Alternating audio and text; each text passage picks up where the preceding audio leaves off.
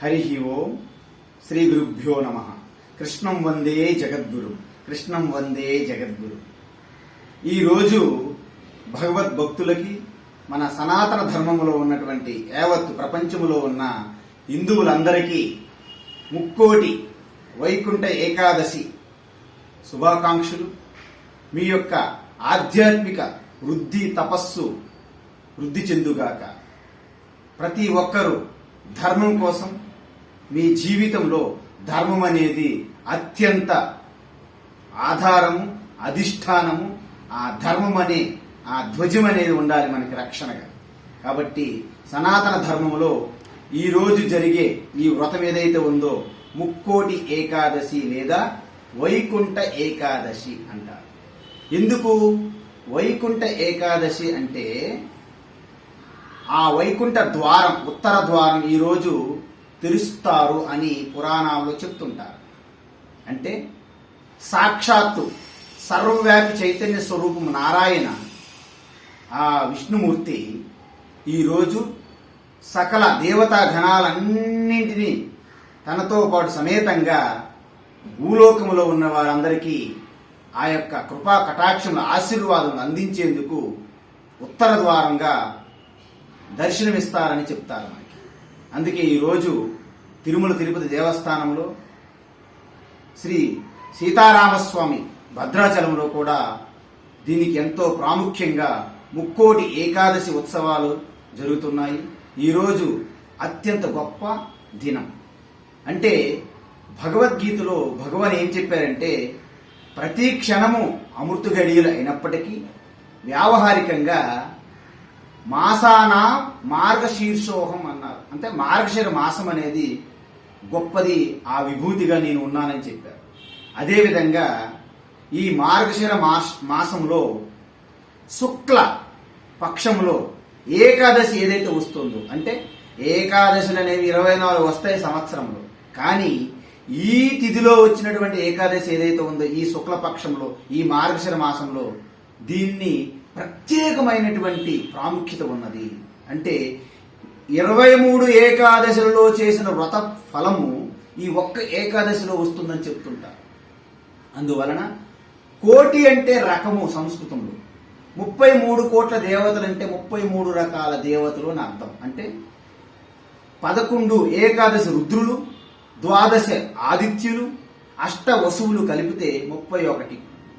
తర్వాత ఇంద్ర ప్రజాపతి కలిపితే 33.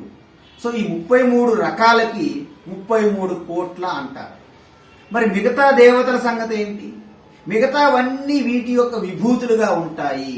అనంత విశ్వే దేవాహ అంటారు.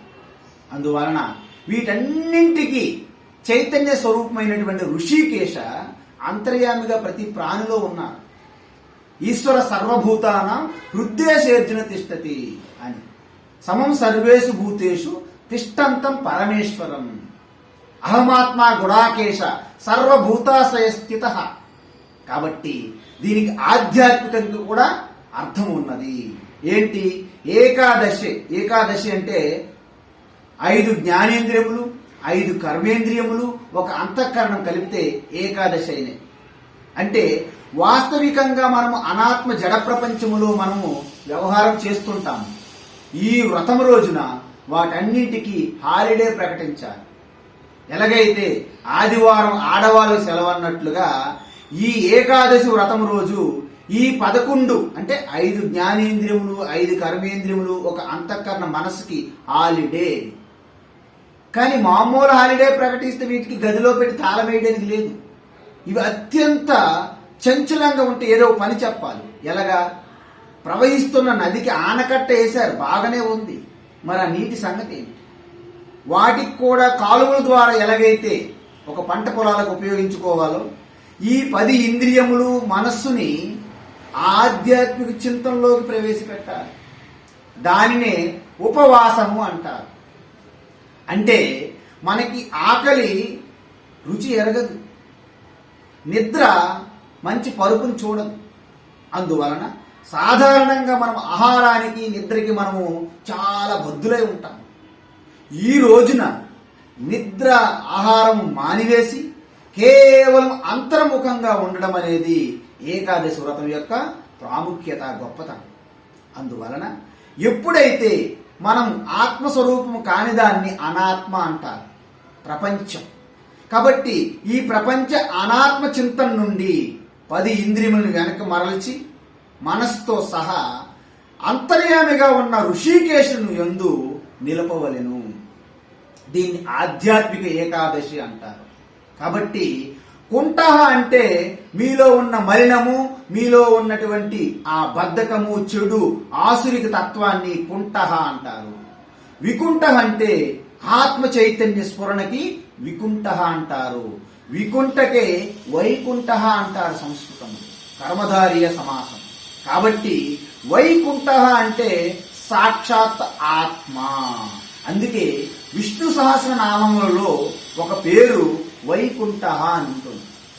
అందువలన ఈ విధంగా ఆధ్యాత్మిక సంబంధం ఉన్నటువంటి ఈ వైకుంఠ ఏకాదశికి ప్రత్యేకమైనటువంటి స్థానం మిగతా ఏకాదశుల కంటే. అందువలన ఈ ఏకాదశి వ్రతం రోజున ఎందుకు ఆహారం తినకూడదు అంటే దీనికి ఒక ఇతిహాస పురాణంలో కథ ఉన్నది. ముర అనే ఒక అసురుడు దేవతలకి, మనుష్యులకి, అందరికి కూడాను ఎంతో బాధ కలిగిస్తుంటే వాడిని సంహరించడానికి సాక్షాత్ విష్ణుమూర్తి ఆ ముర అనే రాక్షసు సంహరించాడు. ముర అంటే ఏంటి? తమోగుణము రజోగుణం రెండు కలిపితే ముర అవుతుంది.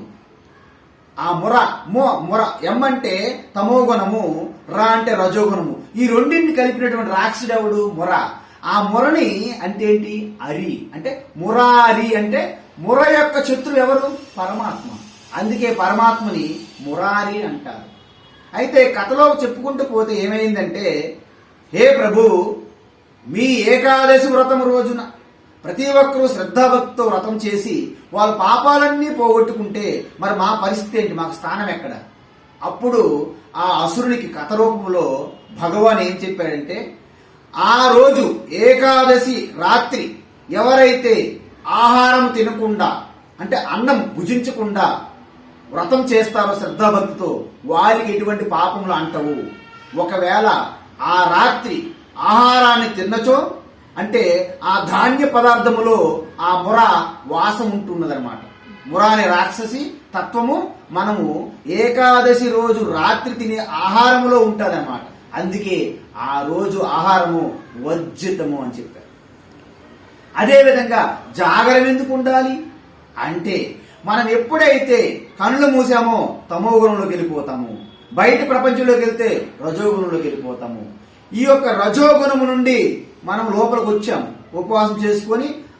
అంటే సమీపే, వాసం అంటే పరమాత్మ సమీపంగా ఉండడము. ఎప్పుడైతే పరమాత్మ సమీపంగా ఉన్నామో నిద్రపోయే అవకాశం ఉన్నది.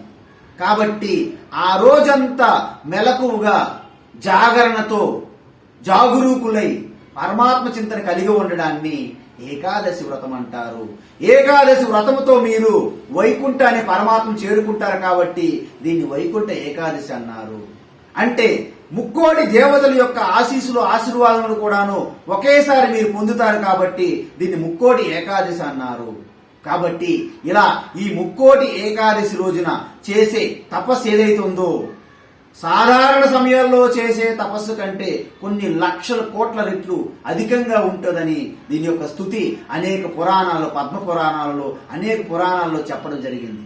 కాబట్టి ఈ విధంగా ఈ ముక్కోటి వైకుంఠ ఏకాదశి వ్రతం ఆచరించి శ్రద్ధాభక్తితో మీరు ఇహైక సుఖములతో పాటు ఆధ్యాత్మికమైనటువంటి వృద్ధి సంపాదించాలని, తద్వారా మీరు మోక్షం పొందాలని. హరి ఓం తత్సత్. సర్వం శ్రీకృష్ణార్పణమస్తు.